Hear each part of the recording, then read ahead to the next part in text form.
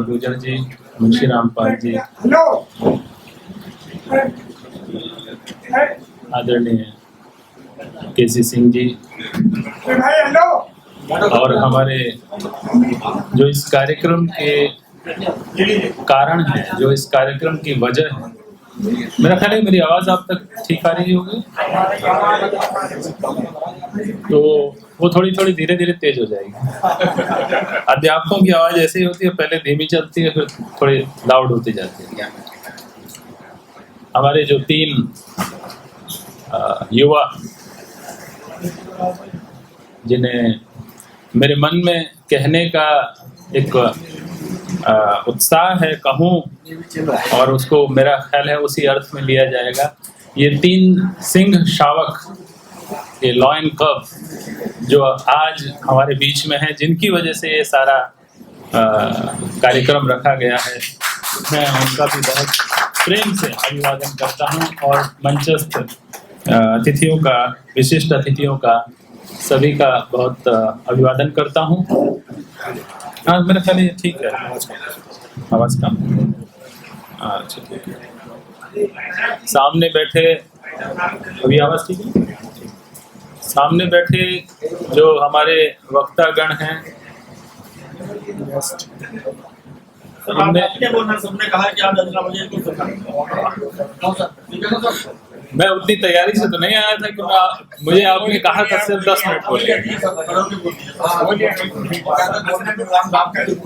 Professor नावरिया जी के लिए मैं एक बात कहना चाहता हूँ कि हम सबको इस बात का गर्व है कि हमारे समाज में इतने बड़े संगठन हैं जो अंतरराष्ट्रीय, जोरदार तालियां।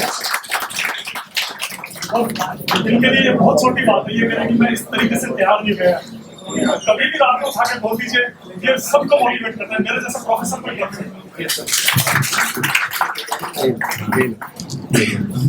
तैयारी की जरूरत नहीं पड़ती है, कहीं से भी कोई वो बोल सकता है। सामने बैठे सभी जो हमारे मुख्य वक्ता हैं, मैं उन सब का भी सादर अभिवादन करता हूँ। डॉक्टर साहब, प्रोफेसर सोलंकी जी ने, रवि सोलंकी जी ने अभी जिन शब्दों को कहा उसके लिए मैं बहुत आभार प्रकट करता हूँ। मैं नहीं जानता कि मैं इस योग्य हूँ कि नहीं हूँ, मगर जब आप लोग कहते हैं तो एक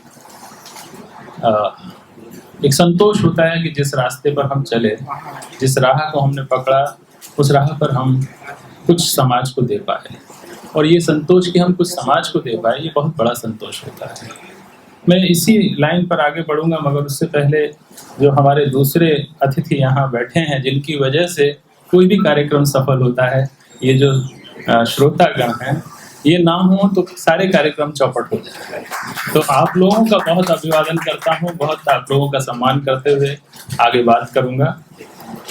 इसके अलावा इस संस्था के जो पदाधिकारी हैं, उनका बहुत धन्यवाद, उनका बहुत अभिवादन इस बात के लिए कि वो हर इस तरह के कार्यक्रमों को, विजेंद्र सिंह जी हैं और दूसरे लोग हैं, YP सिंह जी हैं, उन सभी, कछवाया जी हैं, अच्छे, अभी तो केतन भी जुड़ गई हैं, देखा मैंने।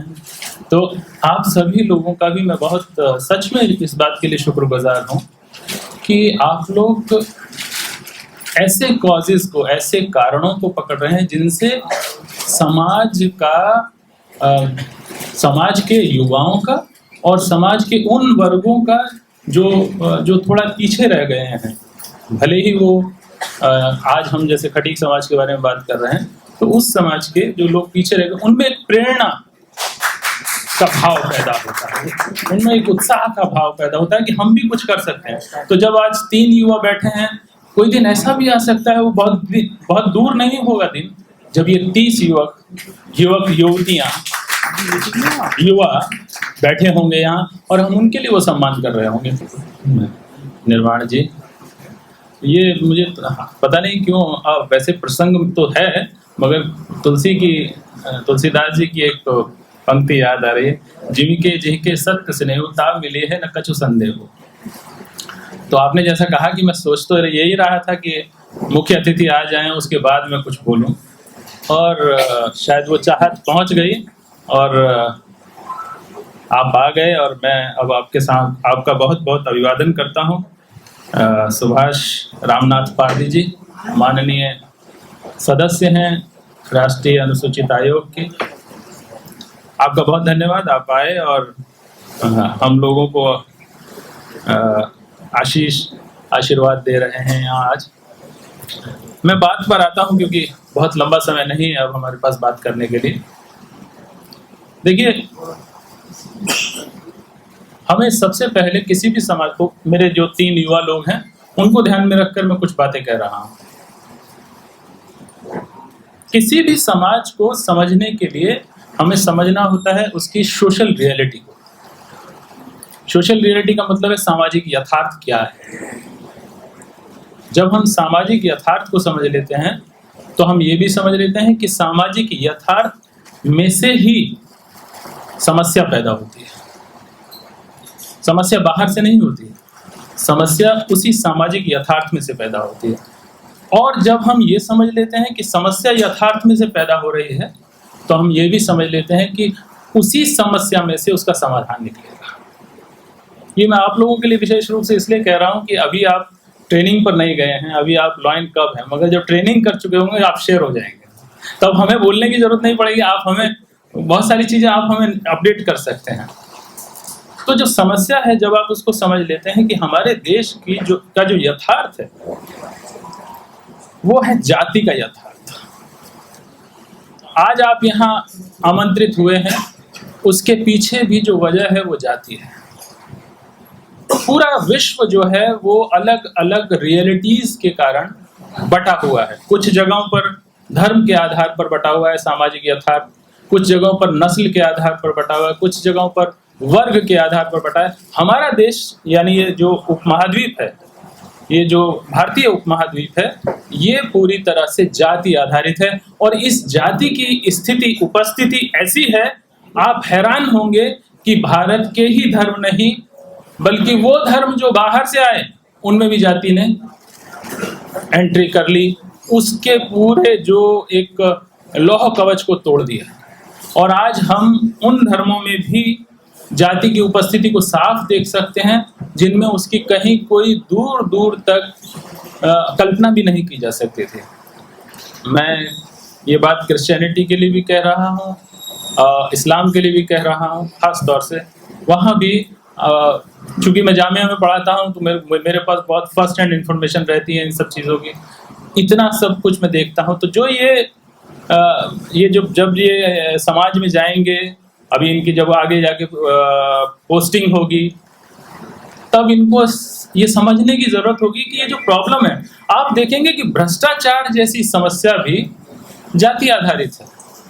तो मैं ये नहीं कह रहा हूँ कि समस्याओं का पूरा जो प्रॉब्लम्स होंगी वो होंगी कास्ट की वजह से, मगर 90% प्रॉब्लम जो है वो कास्ट की वजह से होंगी। अगर आप इस रियलिटी को समझ जाएंगे, जैसे ही आप इस रियलिटी को समझ जाएंगे कि प्रॉब्लम कहीं ना कहीं कास्ट में है, आप सॉल्यूशन ढूंढने में तुरंत देर नहीं करेंगे, क्योंकि आपको पता है कि इसकी जड़ में हमें जाकर देखना है कि ये कहाँ से शुरू हो रही है। तो एक तो ये बात है कि जैसे ही आप सोशल रियलिटी को समझते हैं, सोशल प्रॉब्लम को समझ लेते हैं और सोशल प्रॉब्लम में से ही आप फिर उसका समाधान ढूंढ लेते हैं। एक बात, ये 2 बातों से जुड़ी हुई बात है जिसको हिंदी में कहते हैं यथार्थ और चेतना। अब आते हैं चेतना की बात। चेतना के बारे में मैं बहुत साफ कहूँ, वैसे तो मैं बहुत लंबा बोल सकता हूँ इस पर। चेतना के लिए कॉन्शियसनेस जिसे हम कहते हैं, 5 तरह की मोटे तौर पर कॉन्शियसनेस है, चेतना है। एक है सेल्फ कॉन्शियसनेस यानी आत्म चेतना, दूसरा है सामाजिक चेतना सोशल कॉन्शियसनेस, तीसरा है पॉलिटिकल कॉन्शियसनेस, चौथा है आर्थिक कॉन्शियसनेस जिसे हम फाइनेंशियल कॉन्शियसनेस कहेंगे, और आखिरी मैं बोल रहा हूं मगर वो आखिरी बहुत महत्वपूर्ण है, last but not least, literary consciousness. आप बाकी सबको मैं छोड़कर लिटरेचर पर 1 मिनट के लिए बोलूंगा।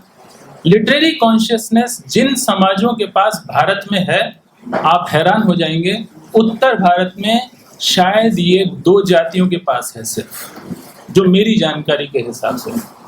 और अफसोस की बात है कि खटीक समाज के पास लिटरेरी कॉन्शियसनेस नहीं है। उसने अपने पहले के जो लिटरेरी पर्सनैलिटीज थे उनको संभाला ही नहीं। आपके पास बहुत सारे नाम आएंगे मगर वो आप भूल चुके हैं उन लोगों के नाम, क्योंकि हाँ हमने उनको संभाला नहीं, हमने उनको एक वो जो जगह दी जानी चाहिए थी वो जगह नहीं दी। अब क्या होता है, मैं जो दो जातियों के नाम ले रहा हूँ, एक है जाटव समाज। जाटव समाज के पास लिटरेरी कॉन्शियसनेस है, इसीलिए उनके पास सोशल कॉन्शियसनेस है और इसीलिए उनके पास पॉलिटिकल कॉन्शियसनेस है।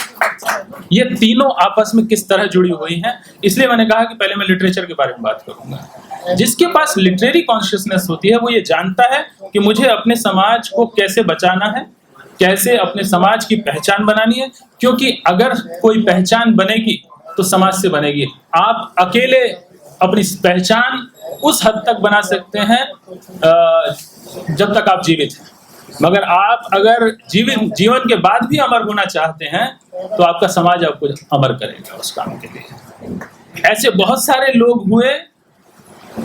लोग हुए जिन्होंने बड़े बड़े काम किए मगर उनका समाज उनके साथ नहीं था। आज 50 सालों में हम उन्हें भूल चुके हैं।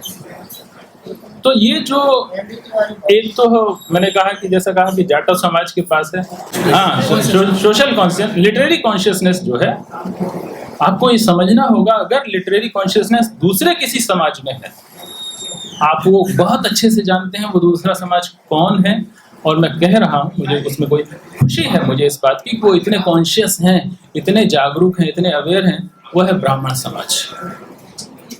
सिर्फ ब्राह्मण समाज के पास सबसे अधिक लिटरेरी कॉन्शियसनेस है। अगर आप ब्राह्मण समाज अगर रूल कर रहा है, सोसाइटी को लीड कर रहा है, तो उसकी बड़ी वजह यह है कि उसके पास वेद हैं, पुराण हैं, उपनिषद हैं। जब हम ये देखते हैं कि ये धर्मशास्त्र किसने लिखे हैं तो आप पाते हैं कि ये सब तो ब्राह्मणों के हैं। आपका कौन सा लिखा हुआ उपन्यास है? हालांकि इस विषय में मैं एक बात और जोड़ देना चाहता हूँ, आप लोगों को कोशिश करनी है आगे जाके, आप लोगों को नहीं, जो एकेडमिक्स के लोग हैं उन लोगों को कोशिश करनी चाहिए कि हमें ये देखना चाहिए शुरू में क्या था। मैं इसलिए बोल रहा हूँ ये बात क्योंकि मैं लगभग 12-14 साल हिंदू धर्मशास्त्र पढ़ा चुका हूँ जामिया में। मैं पहला दलित समाज का व्यक्ति रहा जिसने पूरे देश में हमारे जिसने हिंदू धर्मशास्त्र पढ़ाया। तो चूंकि पढ़ाया इसलिए मुझे पढ़ना भी पड़ा। तो इसमें मेरा कोई बहुत बड़ा काम नहीं है जितना बड़ा काम बाबा साहब अम्बेडकर का है। आप अगर जब उनको पढ़ते हैं तो आपके एक एक करके जैसे जाले साफ होने लगते हैं और आपको साफ दिखाई देने लगता है, साफ सुनाई देने लगता है। ये जो 3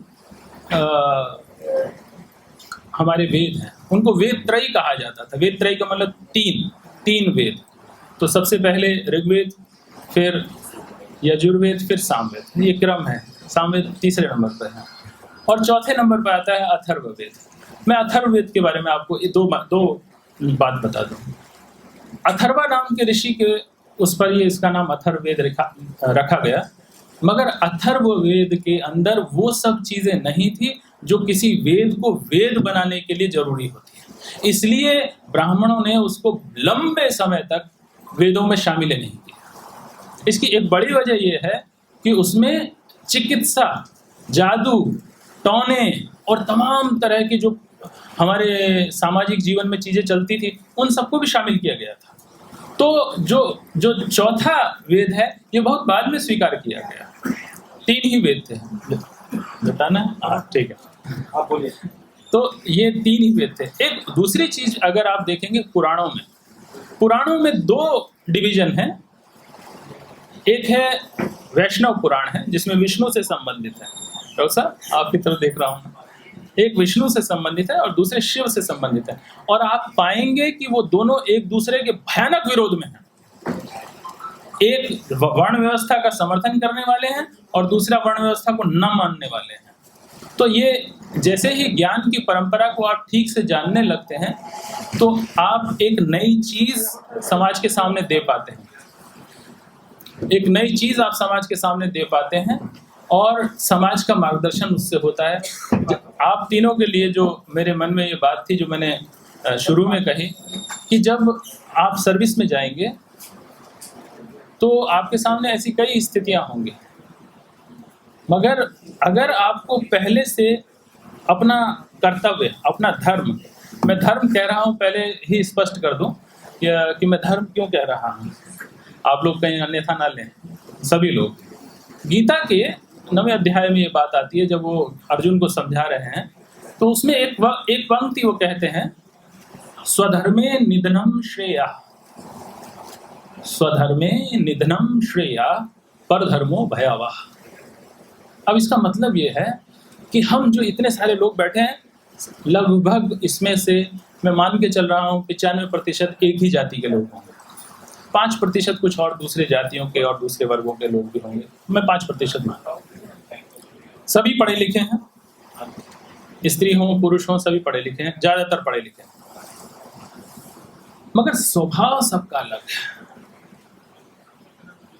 एक चीज जो सबको अलग, जो साइकोलॉजी में आप लोगों ने पढ़ा होगा, खासतौर से नवयुवकों ने, नवयुवतियों ने, इंडिविजुअल डिफरेंस, जो स्वभाव है। स्वभाव शब्द क्या है, इसको 1 मिनट में समझ लीजिए। स्व माने होता है अपना, भाव माने भाव, भाव शब्द बना है भव से, यानी होना। हम जैसे पैदा हुए वो हमारा स्वभाव है। अब वो कहते हैं कि स्वधर्मे निधनम श्रेया। तो मैं ये बात आप तीनों के लिए कह रहा हूं, अगर आप ये पहचान लेंगे कि हमें ये करना है और ये नहीं करना है, और आपने ये पक्का कर लिया कि ये हमारे धर्म के अनुकूल नहीं है, यानी मेरे स्वभाव के अनुकूल नहीं है, तो आप उसमें सुख पाएंगे। स्वधर्मे निधनम श्रेया, अपने धर्म में अगर मौत भी हो जाए तो श्रेष्ठ है। पर धर्मो भयावह, दूसरे धर्म का काम करें, यानी अगर क्षत्रिय धर्म के हैं और ब्राह्मण धर्म का काम करते हैं, आप दुखी होंगे, भले ही आप बहुत पैसा कमाएं। आप अगर क्षत्रिय धर्म का, मैं गीता की बात कर रहा हूँ, यहाँ क्षत्रिय ब्राह्मण, मैं आपके स्वभाव की बात कर रहा हूँ। आप देखिए कि आपका स्वभाव अगर पढ़ने लिखने वाला है तो आपको उसी हिसाब से अपना आगे चयन करना होगा, चुनाव करना होगा कि मेरे लिए अगर ये डिपार्टमेंट है तो मैं किस डिपार्टमेंट में ज़्यादा कंफर्टेबल रहूँगा। ये सब चीज़ें जैसे ही आप पहचान जाएंगे अपने स्वभाव को, आगे आपके साथ आपके निर्णय लेने में आपको बहुत सुविधा होने वाली है। तो बहुत लंबी बात नहीं करूँगा। बाकी सब चीज़ें जो बाकी चेतनाएं हैं 4, वो इसी से जुड़ी हुई हैं, लिटरेरी कॉन्शियसनेस से। अगर आप इस लिटरेरी कॉन्शियसनेस को अपने समाज में स्थान दे सकेंगे, आपका इतिहास बन सकेगा। अफसोस की बात है कि आज भी हमारा खटीक समाज, कभी कह रहे हैं कुछ लोग, विद्वान लोग हमारे समाज के, मैं बहुत पढ़ता रहता था उन लोगों को, फिर मैंने आखिर में आके सब बंद किया कि हम ठाकुर थे, राजपूत थे, क्षत्रिय थे, ओके मान लिया। अच्छा, अब दूसरी थीसिस ये दे रहे हैं कोई साहब कि हम लोग क्षत्रिय नहीं, हम ब्राह्मण थे, और जो यज्ञ होते थे उनमें बलि चढ़ाने का काम ब्राह्मण करते थे। मैंने कहा बहुत अच्छा, ये दूसरी थ्योरी आ गई। अभी एक तीसरी थ्योरी आई, फिर कह रहे हैं कि नहीं साहब हम तो दलित हैं। अरे आप दलित हैं, क्षत्रिय हैं, शूद्र हैं, वैश्य हैं, कुछ भी हैं, जब तक आप अपनी जाति को मजबूत नहीं करेंगे, शक्ति संपन्न नहीं बनाएंगे, कमजोरों की कोई भी जाति हो वो व्यर्थ होती है, वो बेकार होती है, उसकी कोई इज्जत नहीं होती। तो इसलिए जरूरी है कि इज्जतदार बने, शक्तिशाली बने। धन्यवाद। हमारे चैनल बहुजन दस्तक को लाइक, शेयर, सब्सक्राइब देखना मत भूलिएगा। जय भीम, जय भारत, जय संविधान, नमो बुद्धाय। धन्यवाद। चैनल आर्थिक समस्या से गुजर रहा है। अगर आप बहुजन समाज में बाबा साहेब अम्बेडकर और तथागत बुद्ध की विचारधारा को अधिक से अधिक लोगों तक पहुंचाना चाहते हैं तो हमें आर्थिक सहयोग प्रदान करें, ताकि हम अपने चैनल के माध्यम से देश विदेश में समता, बंधुता, एकता और संवैधानिक अधिकारों को ज्यादा से ज्यादा लोगों तक पहुंचा सकें। आप अपनी सहायता राशि नीचे लिखे खाते में जमा करा सकते हैं। खाता धारक गौतम रत्ना, खाता संख्या 3169576865 IFSC कोड SBIN 0060336, बैंक भारतीय स्टेट बैंक। आप हमारे बैंक खाते का विवरण स्क्रीन पर भी देख सकते हैं। जय भीम, जय भीम। मैं गौतम रत्ना आपका बहुजन फिल्म प्रोडक्शन में स्वागत करता हूं और आप हमारे प्रोडक्शन हाउस के अंदर अपना कैरियर बना सकते हैं as a film director, as a producer and actor and actress and editor and cinematographer also. अगर आपको फिल्म से रिलेटेड कुछ भी प्रोजेक्ट आपको बनवाना है तो हमारे पास में पूरा सेटअप है, जिसमें फिल्म कैमरा है, शूटिंग लाइट्स है और एडिटिंग है। सारा A to Z एक ही जगह पर आपको हमारे यहाँ पर मिल जाएगा। तो दोस्तों आप हमें कांटेक्ट कर सकते हैं हमारे नंबर्स पर 9810085714 और 8510005714। हमारे वेबसाइट पे विजिट कर सकते हैं www.filmserviceindia.com और हमें मेल भी कर सकते हैं gautamfilmsproduction@gmail.com पर। धन्यवाद।